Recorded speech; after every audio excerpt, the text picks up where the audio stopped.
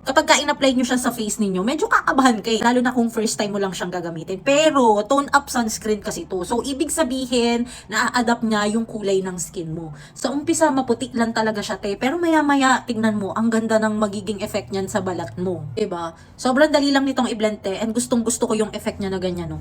Diba? Parang healthy tignan ng skin ko dahil sa sunscreen na to. By the way, meron pala siyang SPF 50 PA+++, broad spectrum 50 PA++.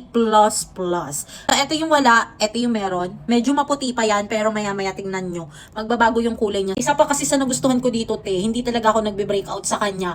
At bukod doon, hindi siya naglilibag sa face ko. Ayan na siya sa buong face ko, o diba, te, kung kanina super puti, ngayon halos kakulay na siya ng balat ko. Tignan mo pati, te, yung finish niya sa skin. Kaya lagi ako napagkakamalang naka-makeup kahit nasa bahay lang. Te, tignan mo naman kasi yung effect ng sunscreen na to. Very lightweight lang din ang sunscreen na to, te. O ikaw, te, kung naghahanap ka rin ng magandang sunscreen, itry mo na din to. Yun nga lang, te, laging sold out. Kaya kung ako sa'yo, dalawahin, tatluhin mo na habang meron pang stock. Kung hiyang naman din lang sa'yo yung sunscreen na to.